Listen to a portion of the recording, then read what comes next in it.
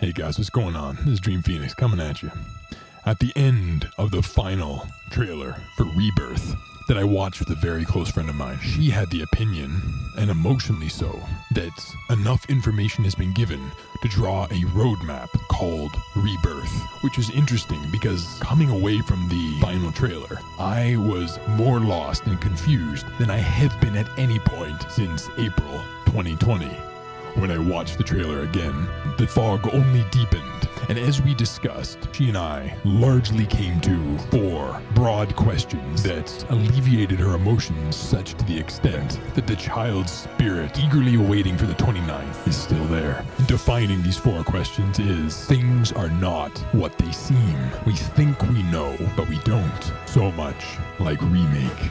Number 1, at the City of Ancients, it appears that Sephiroth's endgame is sowing despair, that is his word, into the planet, strengthening it, something dark, global destruction, he's breaking destiny. He has every single person who we witnessed could see the whispers in Remake, all in the same place. That is what he's been driving towards. But which Sephiroth is this? Remember, after the tragedy of Nibelheim, Sephiroth no longer called himself Ore, his vernacular was Watashi. This Watashi continued all the way up until the edge of creation, after the Harbinger had fallen and Sephiroth had achieved apotheosis, godhood. He'd absorbed whispers and memories. These 2 Sephiroths are diametric in their endgames and how they choose to achieve it. Consider Advent Children Sephiroth, whom has manifested throughout Remake, as well as seemingly in all of the trailers, including the final one. He is brutally direct in his initiatives. You always know what he's trying to do. He's messing with Cloud, trying to degrade or break Cloud,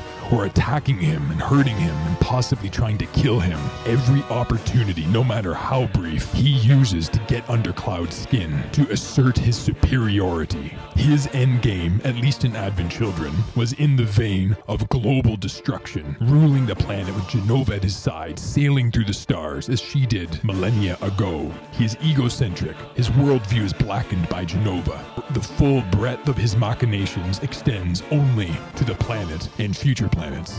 That is Watashi Sephiroth, and that certainly seems to be the one that we witness at the City of Ancients. He even uses the word despair again. He's exhibiting his terrible power. He is directly trying to domineer the heroes. And until then, every seed of doubt and sorrow that he plants is obvious. Now consider Ore Sephiroth from the edge of creation. Throughout Remake, all he did was drop black feathers. That's it. And his end game was apotheosis. His end game position that he was quietly waiting for was a situation where the heroes had no other route forward. As Nanakai points out in the recap, they could either fight fate or be chained to it. And then along comes Sephiroth, cuts a wormhole, and gives them a way to fight the Harbinger. And until then, black feathers. After then, black feathers. And even when he does fight the heroes, it appears that it is a full-fledged battle until Cloud aims to bring his sword down upon his foe, and it ends up that Sephiroth was not unleashing his full power, quite likely having some fun. Whatever the case may be, at the edge of creation, Sephiroth has Cloud one-on-one. He doesn't attrite Cloud, he doesn't attack Cloud, he doesn't try to sow seeds of despair. At the very beginning, he's a little bit protective. He gives the only clue as to what the answer is to the question asked in the very first trailer. What is Sephiroth's endgame? He does not want to end, he doesn't want Cloud to end, and he still believes destiny controls him, and he wants to break that. He doesn't say any of this about being heir of the planet or wanting to sow despair or ruin things or break things apart.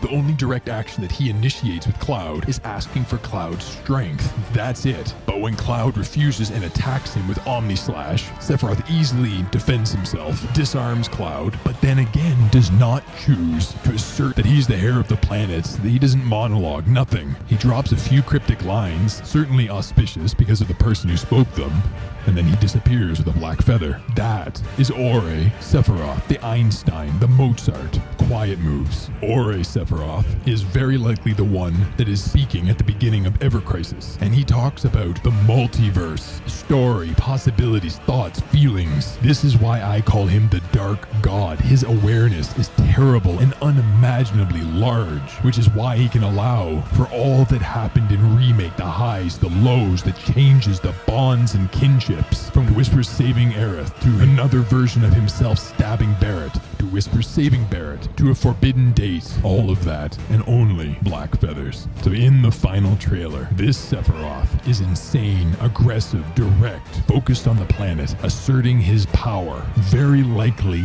this is Watashi Sephiroth, Advent Children Sephiroth. But then where is the true grandmaster, the dark god? Where is he? And what is his endgame? What are these 7 seconds until the end? Is this what he's talking about? Is it something that occurs after this? How would this fit into that? So no matter what happens in the City of Ancients, will it be a repeat of Remake, where it was all part of a master plan? Question 2, almost as impactful. What of the other arch-villains? Hojo, Nero, Weiss, and Genesis.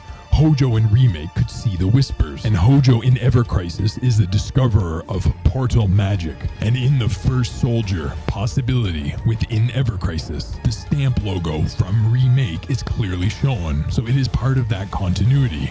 Portal, which allows you to travel around in space and time, and yet there is no indication of what he's doing in Rebirth. Nero, who has become one with the dark life stream much sooner than he did in the original continuity, and Weiss, who is embodied in Deep Ground, now free, and in the Shinra Combat Simulator, also independent and free. We've seen no mention of either of them.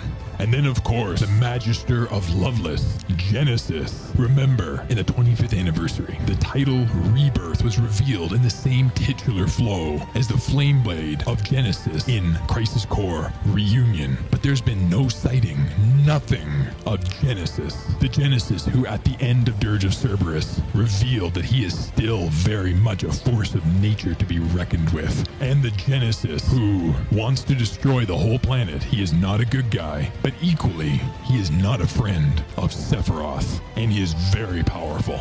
We have seen Don Corneo, we've seen Palmer, the Midgar Zolom, we have seen certain villains, and yet all of the title ones other than Sephiroth, almost nothing. Something wicked this way comes in the unseen, and the final trailer put a nail in that coffin. There's nothing else to be revealed until we go through and find out. Question 3, which exasperates question 2. Zack. Until the final trailer, possibilities have existed for all of us that Zack might be a party member, have a party around him, would be his heroic self in Midgar, and possibly these moments would be experienced similar to Final Fantasy VIII. However, equally there was the possibility that it would not be until Requiem, or whatever the third one would be called, that Zack would be a party member, due to the uncertainty of how such a powerful, loving hero would be handled. In the overarching story, undoubtedly he will be instrumental in defeating Sephiroth as well as others. But in Rebirth, would it just be a series of cutscenes? Well, in the final trailer, we observe him about to take on Sephiroth, heavily lending to the idea that he will be a party member. But that opens up a door, on the other side of which is purely unknown. Will he be the one to take on Weiss and Nero? Who might join him? Who will he run into? Suddenly, it's inescapable. His impact in Rebirth will be meteoric. If he's about to take on Sephiroth, what unforeseen effects will this have? And then finally, the most emotional question, can destiny be changed? Which is what the theme song brings to life so well. Watashi Sephiroth, Aerith, everyone who loves Aerith, heroes, we mass benign gods, for all of us, to be or not to be, that is the question when challenging destiny. The same destiny that Ore Sephiroth still wants to break, but is to be or not to be part of his obscure endgame. It's very possible that no matter what happens in the City of Ancients, meteor falling or not falling, controlling the planet or not controlling the planet, might not be the prodigal moment he's looking for. But just as with all of Remake, he'll just take advantage of it to feed into his endgame position as the whole world is focused on Watashi Sephiroth. as terrifying as it is to consider, it might come down to choices of how his sword will fall. Until the 29th, we'll have to wait and see. Imagination Adventurers, there's a bonus, muddying the waters of what seems to be yet further. In Remake, in Shinra Tower, there's a picture that depicts Shinra, who's from Spira from Final Fantasy X. In the final trailer, Sang places an orb in a stone basin, activating some sort of grid. And these beings, presumably the ones from Cosmo Canyon, ask for the black materia to end the dream that they are trapped in. How will these elements, very reminiscent of Final Fantasy X, Spira, how will they impact Rebirth and beyond? Imagination Adventurers, keep your child spirit strong. Until next time, I bid thee adieu.